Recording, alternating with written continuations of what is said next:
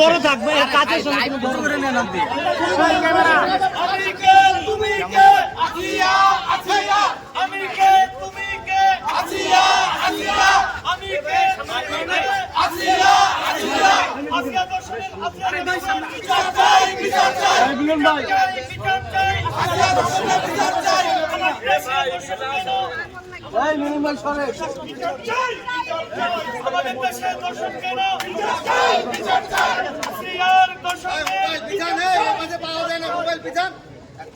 Mobile আপনারা পেছান এই পাশে পাই না তো যারা কথা বলতেছে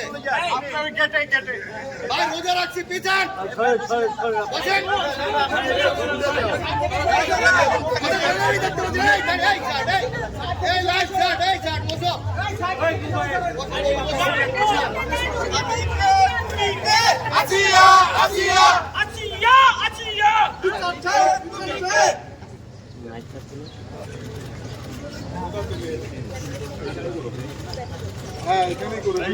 চলে যাই না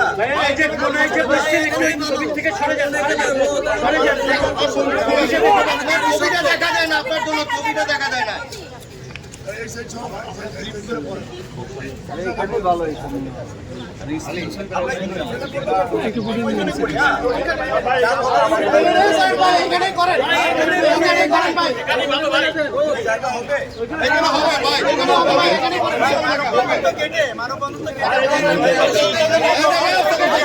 ভালো কারা করছেন এখানে করার জন্য ওটা ওদের কাজ আমার কাজ না তো আমি রিপোর্টার আমি জার্নালিস্ট কভার করলে করবো মানে ওয়েট আপনাদেরকে কি বলতেছি ওনারা কোথায় করবো ওনাদের ডিসিশন নিতে দেন আমরা কেন ওনাদের সিদ্ধান্ত চাপাই দিচ্ছি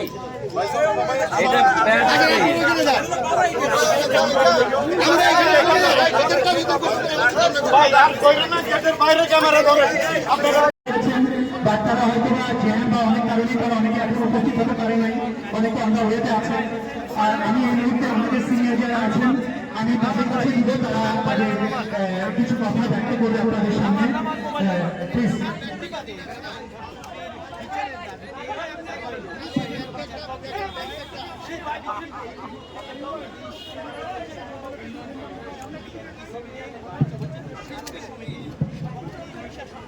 সম্মানিত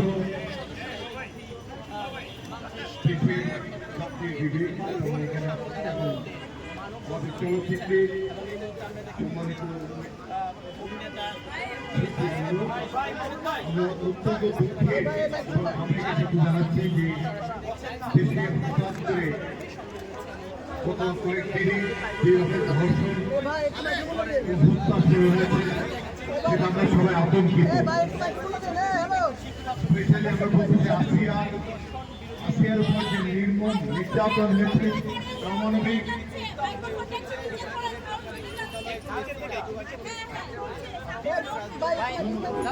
এখন শুনতে পান? আমি এটা বলতে চাই যে আসিয়ার উপর আক্রমণ হয়েছে,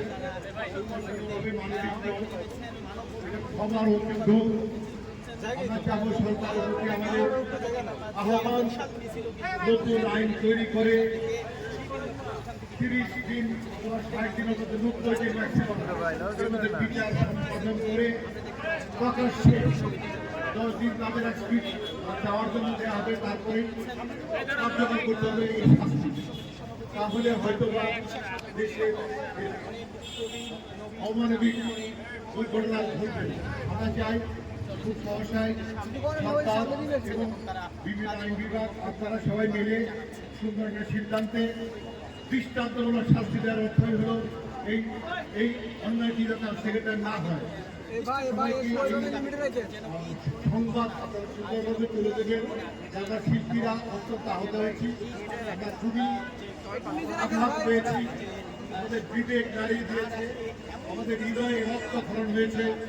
আমরা এই অন্যায় তীব্র প্রতিবাদ করছি এবং আমরা এই প্রত্যেকটা ধর্ষণের দৃষ্টান্তমূলক শাস্তি যাচ্ছি।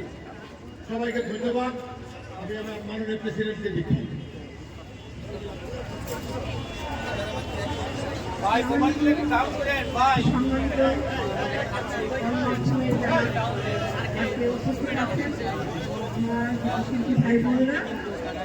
সবাইকে আসসালামু আলাইকুম। আজকে আমরা যে মানববন্ধন করছি, একটি ছোট্ট একটি বাচ্চা, ছোট্ট একটি প্রাণ, ছোট্ট একটি মেয়ে, তার প্রতি যে অন্যায় করা হয়েছে, তার প্রতি অবিচার করা হয়েছে, খারাপ হয়েছে। মানুষ তাই বলে সে মানুষ নয়, মানুষ আকারের সেই ভয়ঙ্কর যে যুদ্ধ হয় তার চেয়ে ভয়ঙ্কর। আমরা নিন্দা জানাচ্ছি, প্রতিবাদ করছি যে অতি শীঘ্রই যেন এই তাকে ধরে আপনার দৃষ্টান্তমূলক শাস্তি দেওয়া হয়। শুধু দৃষ্টান্তমূলক শাস্তি এটা যেন, আমি আইনের প্রতি শ্রদ্ধাশীল, আমি বলবো যেন আইন এই ধরনের যারা আপনার কাজ করছে, অন্যায় করছে, তাদের যেন এই ধরনের মানে রেগুলার আইন করা হয়, যেন ফাঁসিতে ঝুলানো হয় আপনার জনসাধারণের সামনে দিয়ে বলবো আমি। কারণ যদি একজন দুইজনকে ভাই ফাঁসিতে ঝুলানো যায়, আমার মনে হয় যে পরবর্তীতে এই ধরনের একটার জন্য কাজ করবে না, সাবধান হয়ে যাবে যারা এই খানা বলবো যে আপনার ধর্ষক, আপনার ভয়ঙ্কর যে আপনার যারা অপরাধী আছে তাদেরকে এভাবে মনে হয়, তাহলে এই ধরনের অপরাধ হয় আমার দেশে কমবে যাবে। আমি আশা করবো, আমি আইনের প্রতি শ্রদ্ধাশীল, আমি আশা করবো যে নতুন আইন করে এই যারা করে তাদের শীঘ্রই তাদের আইনের আওতায় আনে, আর যেন তাদের জন্য আপনার ফাঁসির মঞ্চ করে ফাঁসি দেওয়া হয়। এটা আমি বলবো। আজকের অনেক অনেক সমস্যা ব্যতীত এই ধরনের যেন ঘটনা বাংলাদেশে না ঘটে তারা ধন্যবাদ।